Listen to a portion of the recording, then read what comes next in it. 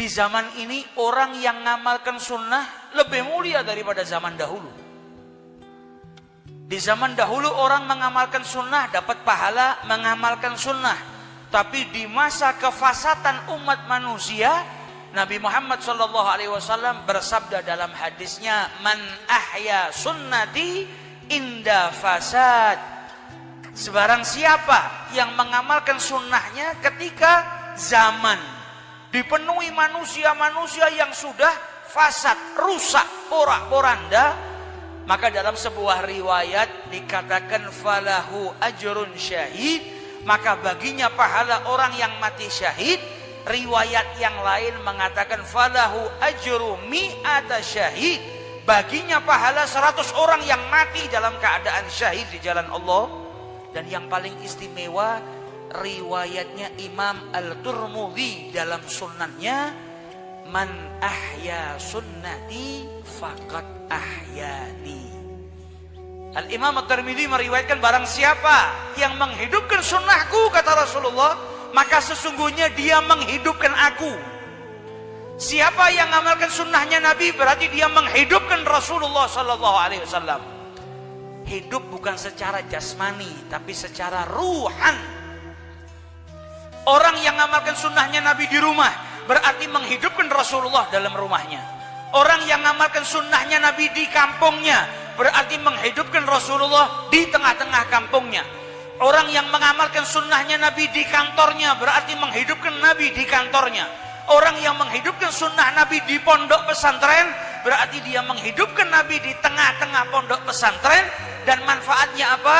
Dalam Al-Quran Allah subhanahu wa ta'ala berfirman, wa ma kanallahu liyu'adzibahum wa anta fihim. Dan Allah subhanahu wa ta'ala tidak mungkin menurunkan musibah, tidak mungkin mengazab sekelompok kaum sedangkan engkau ada di tengah-tengah mereka ya Rasulullah. Janjinya Allah, kalau Nabi ada di tengah-tengah mereka, tidak akan ada bencana yang turun.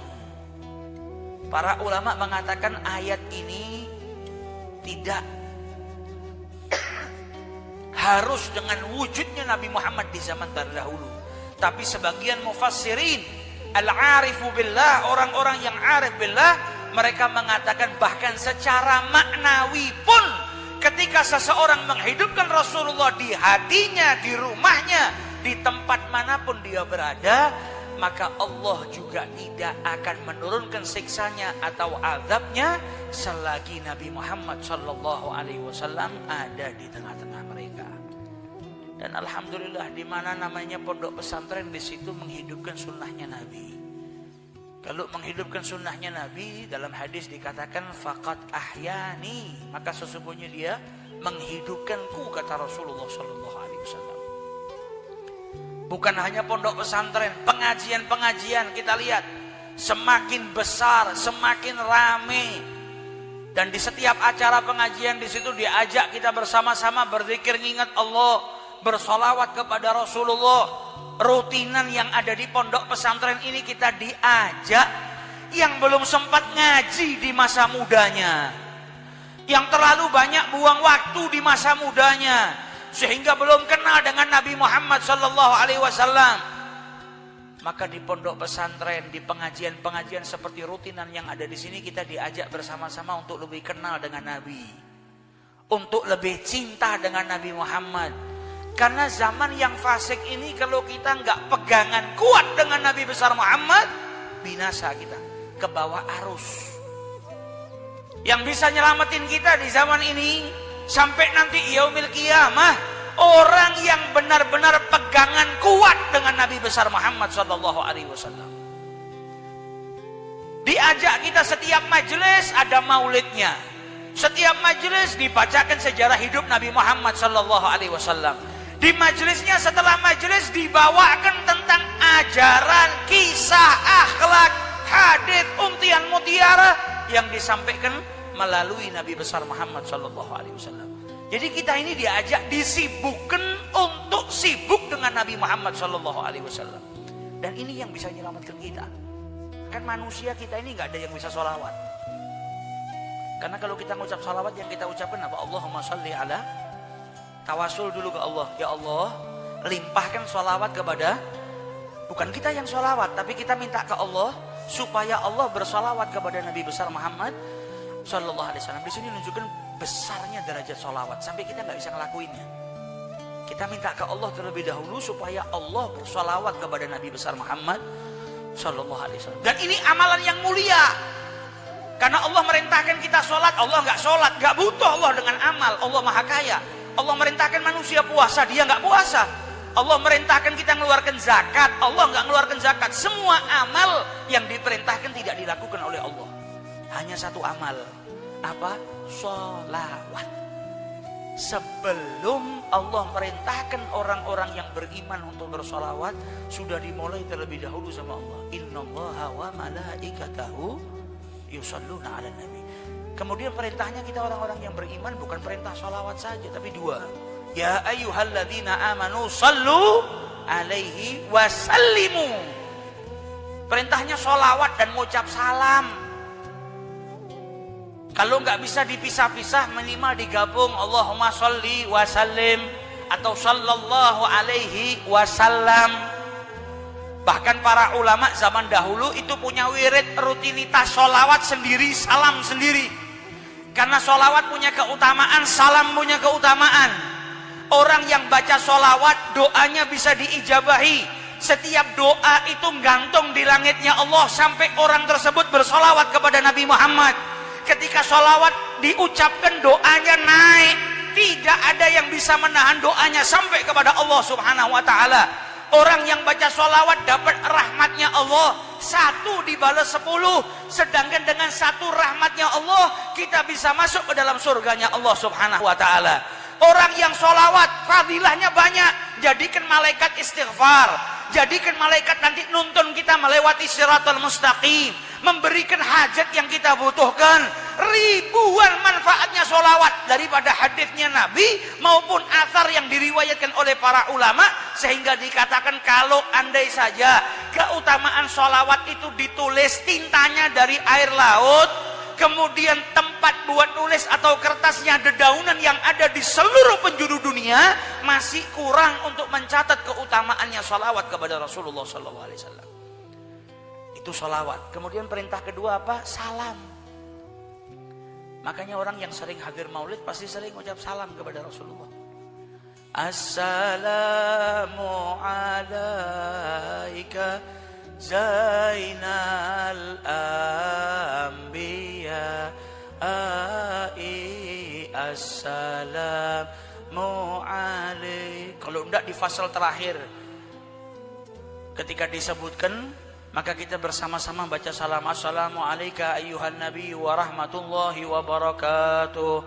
Assalamu alaika ayyuhan nabi wa rahmatullahi wa barakatuh.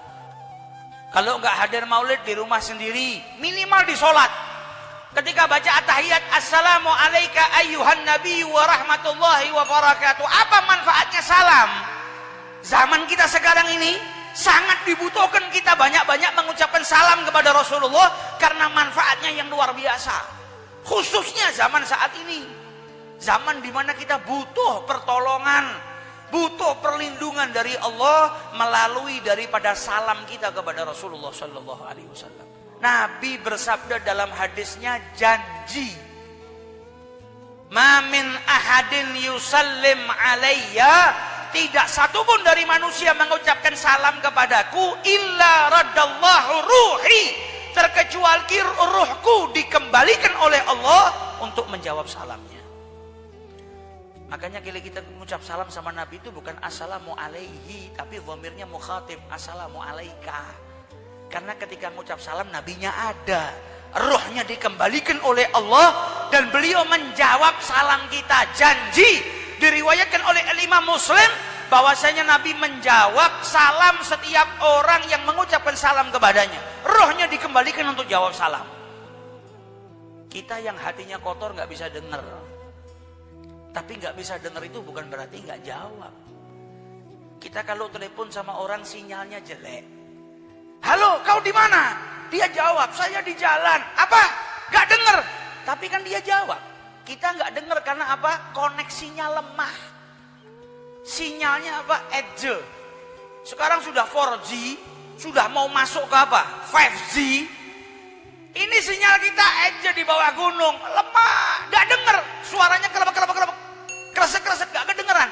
Itu hubungan kita dengan Nabi Muhammad. Kalau sinyal kita dengan Nabi Muhammad 4G, ya ada koneksi yang kuat.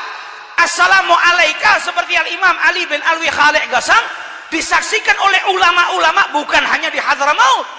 Bahkan orang dari Mesir datang, orang dari Syam datang untuk sholat di masjidnya di kota Qasam untuk mendengar jawaban salam dari sang Nabi yang didengar satu masjid. Setiap sholat, Assalamualaikum ayyuhan nabiyyu, dijawab sama Nabi dengar. Ini bukan khurafat. Zaman mencatat kisah tersebut. Saksi juga banyak. Hubungannya dengan Nabi, koneksinya kuat. Hatinya 24 jam connect dengan Nabi. 4G, kenceng hubungannya dengan Nabi Muhammad. Tapi kalau nggak kenceng, ya seperti kita telepon orang, dijawab, tapi kita nggak dengar. Karena lemah hubungan kita dengan Rasulullah Sallallahu Alaihi Wasallam. Para ulama zaman dahulu sampai punya wirid, nggak lewat sehari kecuali baca salam kepada Nabi 1000 kali. Assalamualaikum ayyuhan nabi wa rahmatullahi wa barakatuh. Assalamualaikum ayyuhan nabi wa rahmatullahi wa barakatuh. Manfaatnya apa? Karena Nabi jawab salamnya. Dan Nabi ngajarkan kepada kita, ibda'us salam, ifsa'us salam, ngucap salam itu hukumnya sunnah. Tapi jawab salam hukumnya wajib. Nggak mungkin yang mengajarkan perkara ini malah tidak mengamalkan, nggak mungkin. Nabi mengajarkan kepada kita, kalau engkau mendapatkan salam minimal jawab yang sepadan. Kalau bisa lebih baik. Kalau bisa lebih, maka itu lebih baik. Ada yang ucap assalamualaikum, minimal balas waalaikumsalam. Kalau bisa, fahayyu bi ahsani minha. Lebih sempurna waalaikumsalam warahmatullahi wabarakatuh. Ini yang ngajarkan pasti ngamalkan. Kita ngucap salam sama Nabi, Assalamualaikum ayyuhan nabi wa rahmatullahi wa barakatuh. Dijawab sama Nabi, waalaikumsalam wa rahmatullahi wa barakatuh. Dan salamnya Nabi ini doa. Doa yang keluar dari lisan orang yang doanya nggak pernah ditolak sama Allah. Bayangkan sampean ketika duduk di rumah punya masalah. Ucap salam sama Nabi. Assalamualaikum ayyuhan nabi wa rahmatullahi wa barakatuh. Dijawab sama Nabi, waalaikumsalam warahmatullahi wabarakatuh. Ini keluar dari lisannya Nabi. Semoga Allah menyelamatkanmu, semoga Allah merahmatimu, semoga Allah memberkahi kehidupanmu. Ini bukan doanya wali, bukan doanya orang tua. Lebih mustajab dari orang tua, lebih daripada wali. Siapa? Lisan yang paling suci di muka bumi ini, yaitu lisannya Nabi Muhammad SAW. Bayangkan kita ngucap salam dibalas sama Nabi doa waalaikumsalam. Orang yang dapat salamnya Nabi, semoga engkau diberikan keselamatan oleh Allah, maka insya Allah kita selamat dunia sampai akhirat. Orang yang dapat salamnya Nabi warahmatullah, semoga engkau dirahmati oleh Allah, maka insya Allah kita disayangi Allah di dunia sampai di akhirat. Wabarakatuh, siapa yang didoakan oleh Nabi dapat berkah dari Allah, maka insya Allah rumah tangganya berkah, anaknya berkah, kerjanya berkah, semua usahanya berkah, berkat doanya Nabi Muhammad SAW. Sampai orang Madinah itu dulu kalau Nabi Muhammad pergi ke rumah, Nabi itu ngajarin kita banyak ilmu, praktekkan. Nabi itu kalau ke rumahnya orang, ngetuk pintu rumahnya orang, ngucap salam 3 kali. Kalau nggak dijawab, nggak ada yang bukakan, ditinggal. Bisa jadi orangnya sedang istirahat atau nggak mau nemuin. Dzuk, perasaan, cita rasanya Nabi itu tinggi. Nggak kayak kita. Assalamualaikum, Beb, soleh. Nggak dibukain 17 kali. Beb. Kita diajarkan sama Nabi 3 kali. Engkau mengetuk pintu rumahnya orang, nggak dibukain berarti orang itu punya hajat atau sedang nggak ingin bertemu dengan kamu, tinggal. Itu Nabi Muhammad. Sama juga kalau kita nelpon orang sekali, 2 kali, 3 kali berarti dia sedang sibuk. Jangan terus ditelepon miss call sampai 70 kali, 80 kali. Ini yang diajarkan sama Nabi. Nabi itu dulu kalau ke rumahnya orang Madinah sampai orang Ansor itu sengaja jawab salamnya Nabi pelan biar Nabi nggak dengar. Jadi sampai depan pintu Nabi, Assalamualaikum warahmatullahi wabarakatuh. Kalau mereka jawab dengan suara yang keras, salamnya Nabi cuma sekali. Lawang sudah dijawab. Tapi mereka jawabnya pelan. Waalaikumsalam warahmatullahi wabarakatuh. Nabi ngulang lagi salamnya. Jawab pelan lagi. 3 kali sama Nabi. Diucapin salam, nggak dibukain. Nabi keluar. Baru mereka buka. Ya Rasulullah, ya Rasulullah. Kata Nabi, saya yang ucap salam kok kalian nggak jawab. Sampai 3 kali. Kata mereka apa? Kami jawab ya Rasulullah, tapi kami rendahkan suara kami. Sehingga engkau tidak dengar. Dan engkau mengulang-ulang salammu agar rumah kami semakin berkah. Semakin dirahmati oleh Allah. Semakin diselamatkan oleh Allah berkat salam yang keluar dari lisanmu. Nah, ini orang Madinah. Orang Madinah luar biasa. Nah, kita nggak hidup di zamannya Nabi bukan berarti Nabi nggak jawab salam kita. Maka dari itu di zaman seperti ini kita butuh anak-anak kita selamat. Anak-anak kita perintahkan. 1 hari minimal pagi baca 10, malam baca 10 salam kepada Nabi. Kita punya istri, kadang kita bingung keluar nih kumpul sama siapa, ajarannya gimana, nanti dapat pengaruh-pengaruh yang baru. Perintahkan istri kita baca salam kepada Rasulullah. Diri kita, rumah kita, kerjaan kita, semua ketakutan yang ada hilang.